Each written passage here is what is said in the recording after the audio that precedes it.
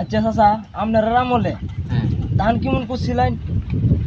ভাতিজা ধানের কথা কইতাছস হ্যাঁ আমরা আমলে তোর ইমন ক্ষেত করা করছি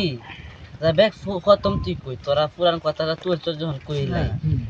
আমরা যখন ধান ক্ষেত করতাম আমরা বাপ দাদার আমলে রাজাকার আছেন এরা